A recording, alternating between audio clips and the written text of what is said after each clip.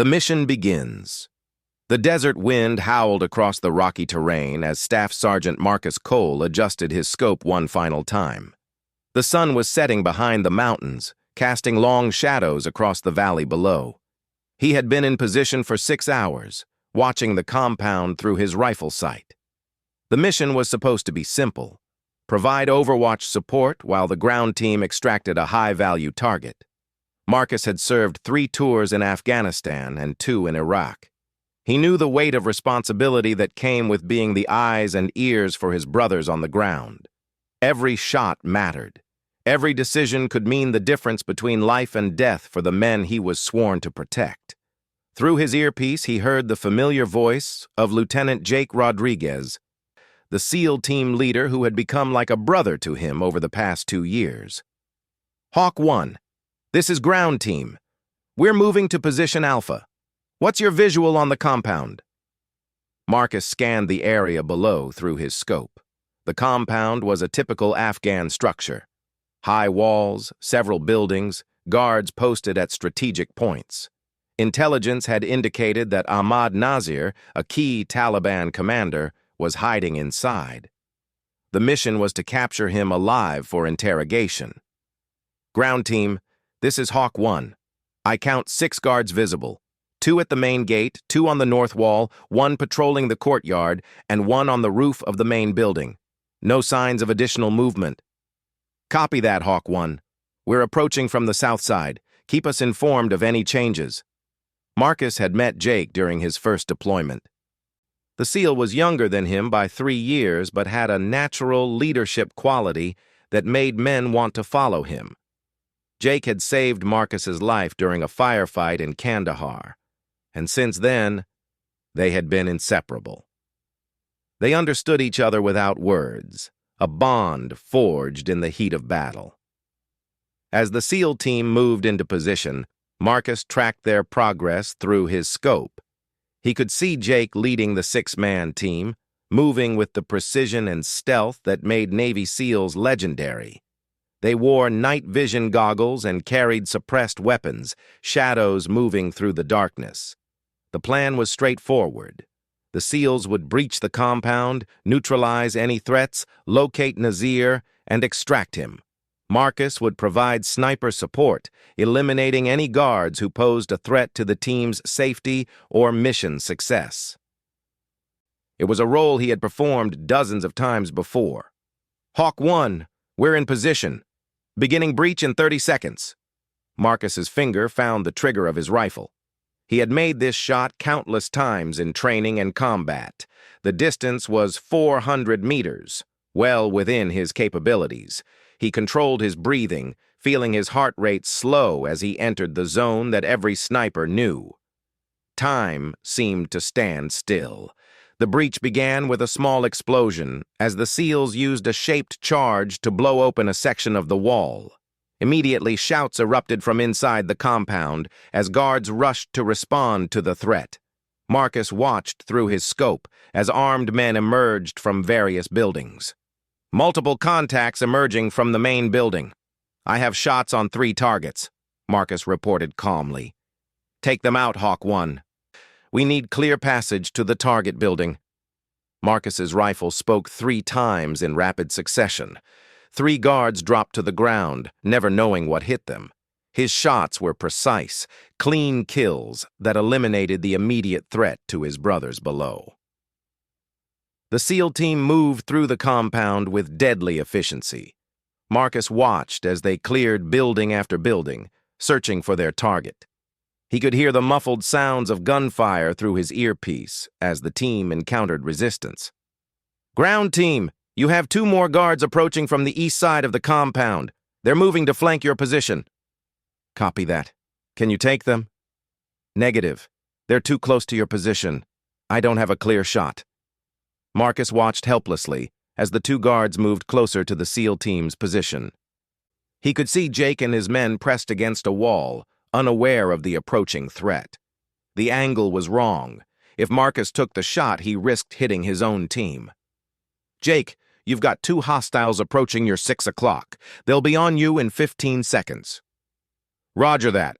We're moving to alternate position. Marcus watched as the SEAL team quickly repositioned themselves. Jake hand-signaled to his team, and they moved with the fluid grace of men who had trained together for years. The two guards rounded the corner just as the last SEAL disappeared into the shadows. The guards looked confused, searching the area where the team had been moments before. Marcus now had a clear shot. His rifle fired twice, and both guards fell silently to the ground. "Targets neutralized. You're clear to proceed." "Thanks for the save, brother. We're moving to the target building now." Marcus continued to scan the compound, looking for any additional threats. The main building where intelligence indicated Nazir was hiding stood at the center of the compound. It was a two-story structure with windows that had been boarded up, making it difficult to see inside. As the SEAL team approached the building, Marcus noticed movement on the rooftop of a nearby structure. A figure was positioning what looked like a rocket-propelled grenade launcher, aiming it at the building where Jake's team was about to enter. "Ground team, you have an RPG on the roof of Building 3. He's lining up a shot on your position. Can you take him?" Marcus adjusted his scope, accounting for wind and distance. The shot was more challenging than the others. The target was partially concealed behind a low wall on the rooftop. He would have to thread the needle between the wall and a water tank to make the shot. "I have a difficult angle, but I can make it. Keep moving. Don't stop." Marcus controlled his breathing, feeling the familiar calm that came before a difficult shot. His finger tightened on the trigger. The crosshairs settled on the target's center mass. Everything else faded away. The wind, the sounds of battle, even his own heartbeat seemed to disappear. He fired. The bullet traveled across the distance in less than a second, finding its mark. The man with the RPG launcher pitched forward and disappeared from view. The launcher clattered off the roof and exploded harmlessly in the courtyard below. "Target down! You're clear to proceed." The SEAL team reached the main building without further incident. Marcus watched as they prepared to breach the door. Jake positioned his team on either side of the entrance while the breacher prepared the explosive charge. "Hawk 1, we're going in. Keep watch for any surprises." "Copy that. I've got your back." The door exploded inward, and the SEAL team rushed into the building. Marcus could hear the sounds of combat through his earpiece. Shouts, gunfire, and the crash of furniture being overturned. The team was searching room by room, methodically clearing the building. Minutes passed like hours as Marcus maintained his watch. He could see muzzle flashes through the windows as the team engaged hostiles inside the building. His role was to watch and wait, ready to provide support if needed. "Hawk 1, we've got the package. Nazir is in custody. We're preparing to extract." "Copy that. The compound appears clear from my position. You should have a clean exit route." As the SEAL team emerged from the building with their prisoner, Marcus felt the familiar satisfaction of a mission completed successfully. They had achieved their objective with no friendly casualties, the best possible outcome. But as he watched the team move toward the extraction point, something felt wrong. The compound was too quiet. In his experience, successful raids usually prompted some kind of response from enemy forces in the area. The silence was unnerving. "Ground team, something doesn't feel right. This was too easy." "What do you mean?" "Intelligence indicated this compound would be heavily defended. We only encountered light resistance." "It's like they knew we were coming."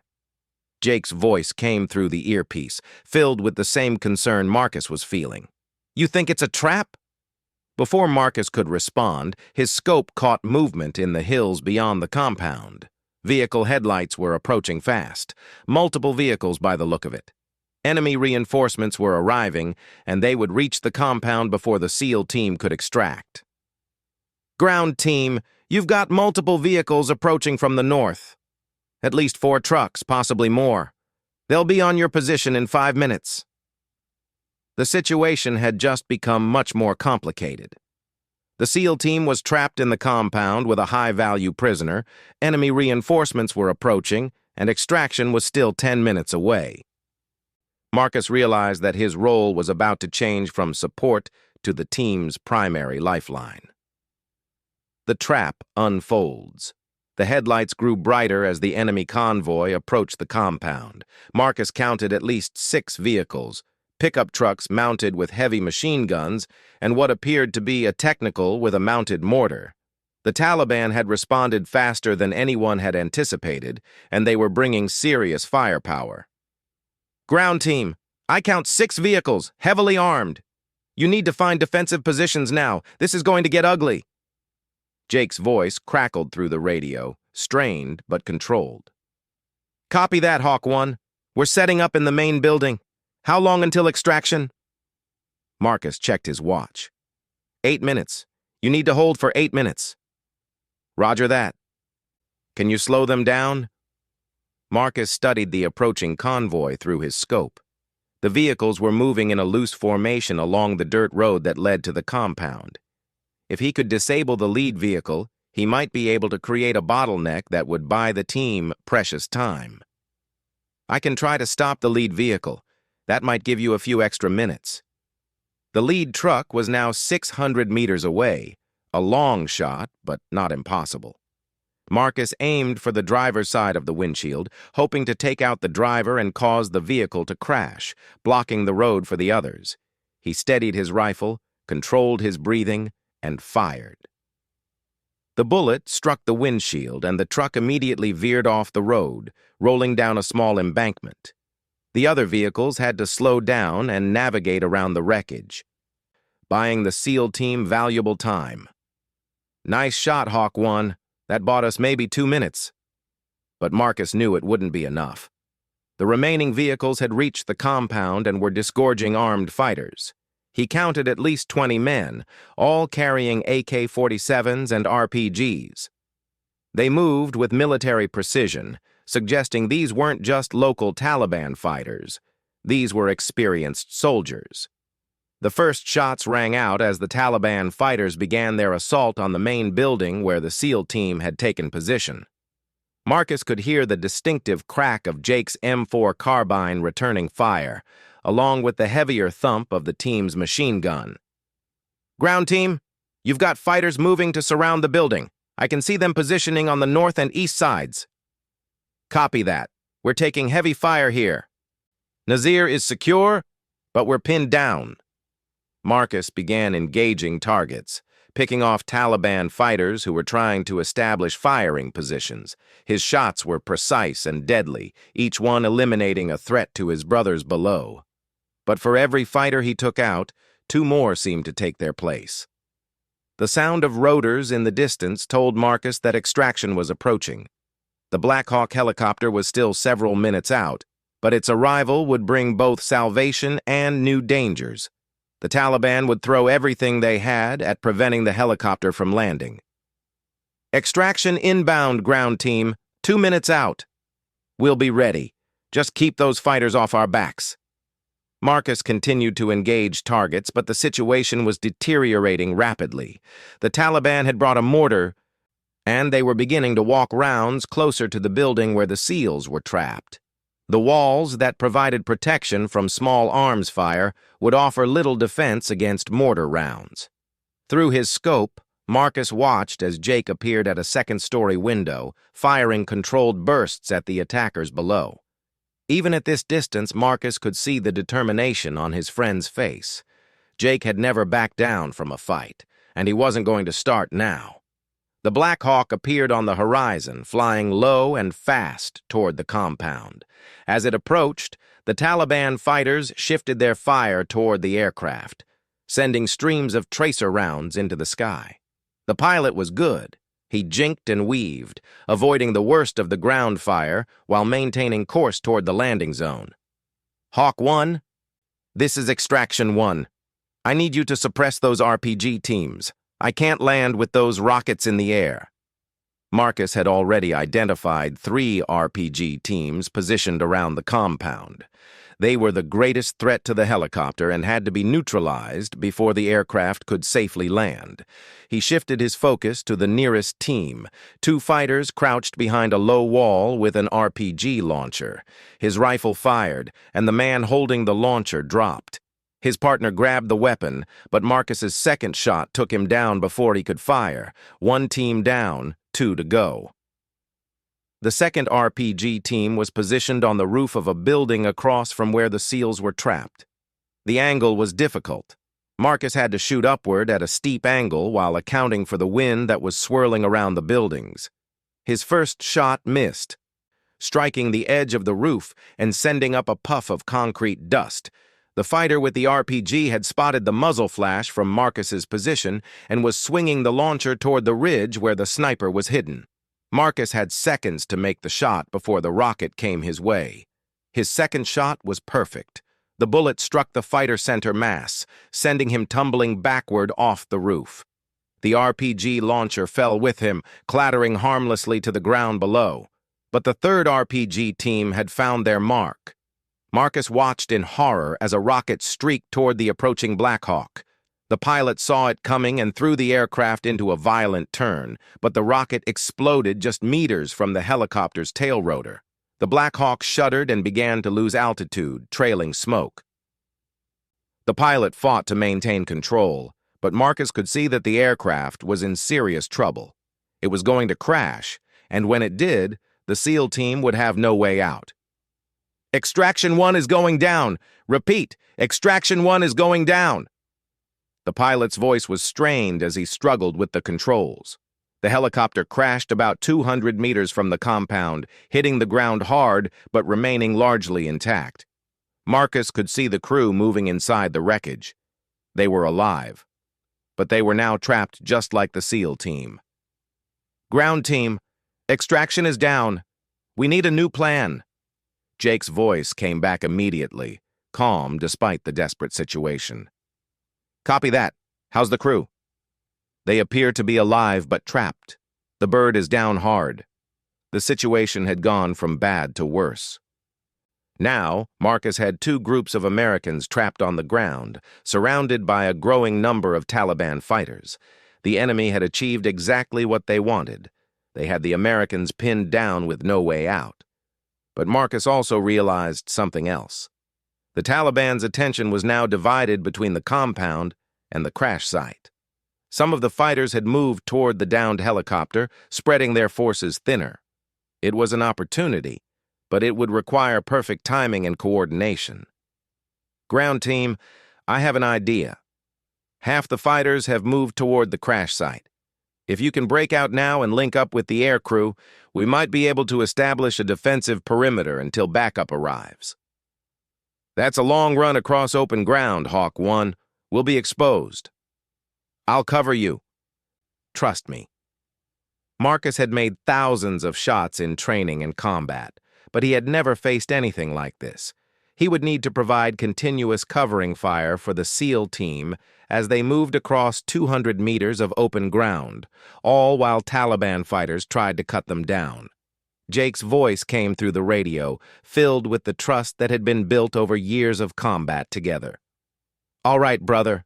We're moving in 30 seconds. Don't let us down." "I won't. You have my word." Marcus checked his ammunition. He had 12 rounds left in his current magazine and 2 more magazines in his pack. 36 rounds to cover the movement of 7 men across a kill zone filled with enemy fighters. It would have to be enough. "Ground team, I'm ready when you are." "Moving now!"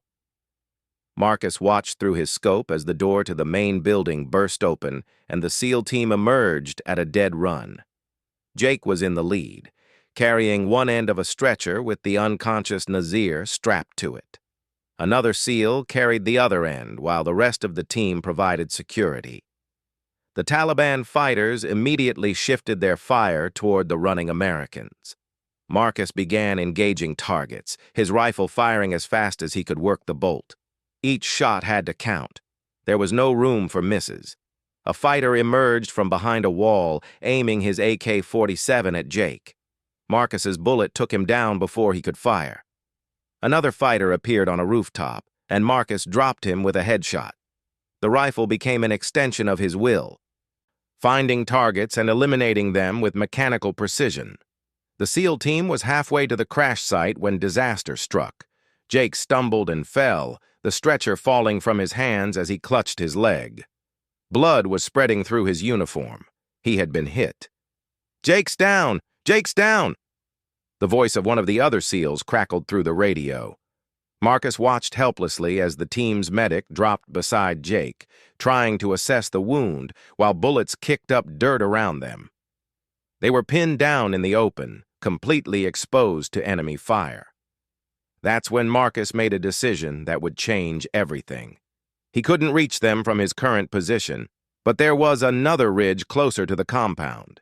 It would put him in extreme danger, but it would give him a better angle to protect his brothers. "Ground team, hold position. I'm moving to provide better cover." "Negative, Hawk 1. Stay in position." But Marcus was already moving, leaving his carefully prepared sniper's nest and running along the ridge toward the new position. Enemy bullets cracked past his head as Taliban fighters spotted his movement, but he kept running. Jake needed him, and that was all that mattered. He reached the new position just as Jake was struggling to his feet, refusing to be carried by his teammates. The SEAL leader was wounded but not out of the fight. Marcus could see the determination in his friend's eyes, even from 300 meters away. From his new position, Marcus had a clear view of the Taliban fighters who had been firing at the SEAL team. His rifle spoke again and again, each shot carefully aimed and precisely delivered. One by one, the enemy fighters fell. The SEAL team reached the crash site and linked up with the aircrew. Together, they established a defensive perimeter around the downed helicopter, using the aircraft's bulk as cover while they waited for backup to arrive. But Marcus knew that backup might be hours away, and the Taliban reinforcements were still arriving. The fight was far from over, and the hardest part was yet to come. The question that changed everything. The defensive perimeter around the crashed Black Hawk was holding, but barely. Marcus had counted at least 40 Taliban fighters surrounding their position, and more vehicles were arriving every few minutes. The Americans were outnumbered nearly 4-1, and ammunition was running low. From his position on the ridge, Marcus continued to provide sniper support, picking off enemy fighters who tried to advance on the perimeter. But his ammunition was nearly gone, only 8 rounds left in his final magazine. Each shot had to be perfect. Through his earpiece, he could hear Jake coordinating the defense despite his wounded leg. The SEAL leader had wrapped a field dressing around the bullet wound and refused to slow down. He moved from position to position, encouraging his men and directing their fire. "Hawk 1, we're getting low on ammo down here. How are you fixed?" Marcus checked his magazine again. "I've got 8 rounds left. After that, I'll have to come down and join you." "Negative. Stay in position as long as you can.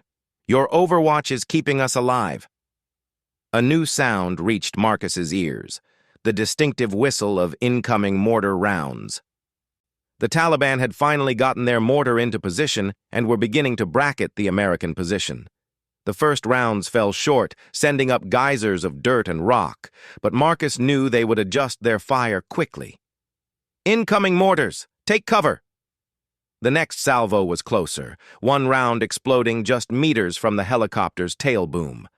Shrapnel rattled off the aircraft's armored skin, and Marcus saw one of the aircrew members stumble and fall, clutching his arm. Through his scope, Marcus spotted the mortar team positioned behind a stone wall about 500 meters from the crash site. 2 men were working the tube while a third fed them coordinates. If he could take out the mortar crew, it would eliminate the greatest threat to the perimeter. But the shot was at the extreme range of his rifle, and he would have to thread the bullet through a narrow gap in the wall. With only 8 rounds left, he couldn't afford to miss. Marcus steadied his rifle, controlled his breathing, and squeezed the trigger. The bullet sailed across the distance and found its mark, striking the man operating the mortar.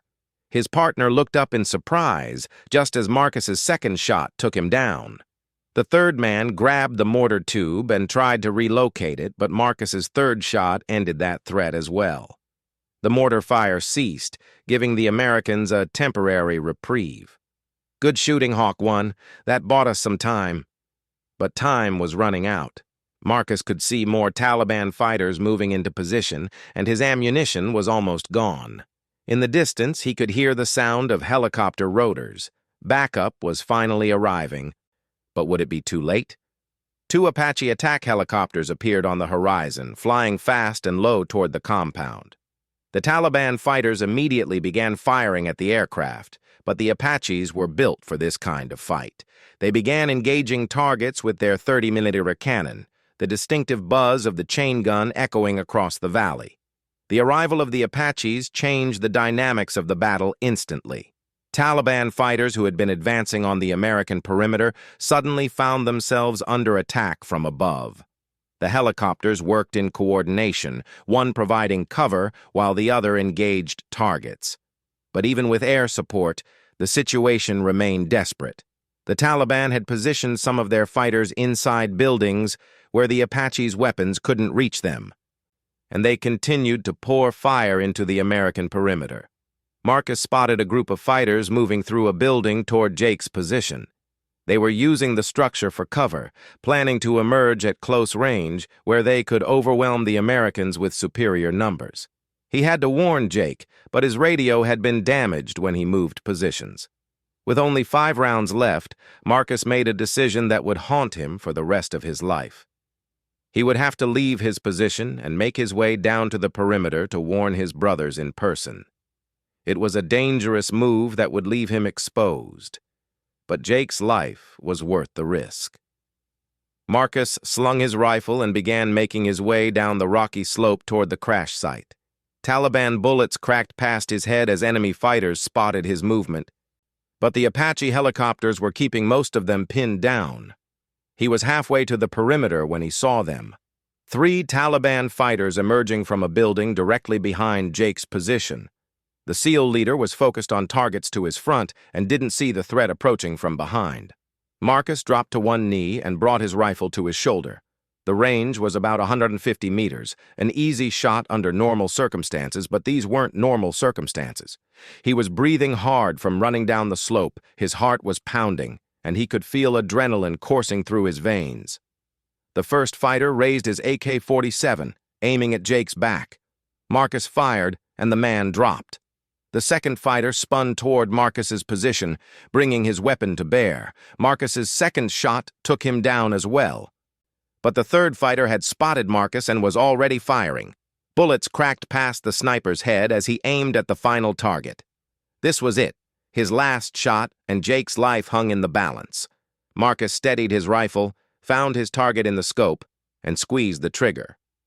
The bullet struck the fighter center mass, sending him tumbling backward. Jake was safe, but as Marcus lowered his rifle, something felt wrong. He had fired 4 shots, but he should have had 5 rounds left. Confused, he checked his magazine.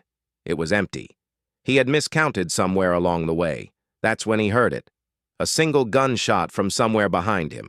Pain exploded through his back as a bullet found its mark, and Marcus fell forward onto the rocky ground. His rifle clattered away from his hands as blood began to pool beneath him. Through blurring vision, he saw a Taliban fighter emerge from behind a boulder about 50 meters away. The man was raising his rifle for a second shot when one of the Apaches spotted him and opened fire. The fighter disappeared in a cloud of dust and debris. Marcus tried to move, but his body wouldn't respond. He could feel warmth spreading across his back. The bullet had done serious damage. Through his earpiece, he could hear Jake calling his name. "Hawk 1! Hawk 1! Respond!" Marcus tried to answer, but his voice came out as barely a whisper. I'm hit bad, Jake. Where are you? We're coming to get you." "No," Marcus managed to say. "Stay in position. Protect the package. The mission comes first." But even as he said the words, Marcus could see Jake breaking from the perimeter, running toward his position despite his wounded leg. The other SEALs were shouting at their leader to get back to cover, but Jake wasn't listening. "Who pulled that trigger?" Jake was saying as he ran, his voice filled with anguish. "Who pulled that trigger on my brother?" Marcus tried to wave him back, but his arm wouldn't move. The world was starting to fade around the edges, and he could feel his strength ebbing away. But there was something he needed to tell Jake. something important. Jake reached Marcus's position and dropped to his knees beside his friend. The SEAL leader's face was a mask of rage and grief as he saw the extent of Marcus's wounds. "Don't you die on me, brother. Don't you dare die on me." Marcus looked up at his friend, seeing the pain in Jake's eyes. "Listen to me," he whispered. "The compound. It was too easy. They knew we were coming." "What are you talking about?" "Someone told them. Someone on our side." Marcus coughed, and blood appeared on his lips. The mission was compromised from the beginning. Jake's face went white as the implications of Marcus's words sank in. "Are you sure?" Marcus nodded weakly. The sniper on the high ridge was just the support role. The real enemy, the one who pulled the trigger that started all this, is someone we trust. Who? Who is it? But Marcus's eyes had already begun to close. The world was fading away, and his voice became barely audible. "Find out who knew about the mission. Find out who had access to the intelligence. The answer is closer than you think." Jake pressed his hands against Marcus's wounds, trying to stop the bleeding. "Stay with me, Marcus. Help is coming." But Marcus was already gone. The sniper who had saved so many lives, who had watched over his brothers with unwavering dedication, had taken his last shot and spoken his final words. Jake knelt beside his friend's body, tears mixing with the dust and blood on his face. Around him, the battle continued, as the Apache helicopters and the remaining Americans fought to hold their position until ground reinforcements arrived. But for Jake, the real battle was just beginning. Marcus's dying words had planted a seed of doubt that would grow into an obsession. Someone had betrayed them, someone had sent them into a trap, and that someone was still out there. The mission had been successful.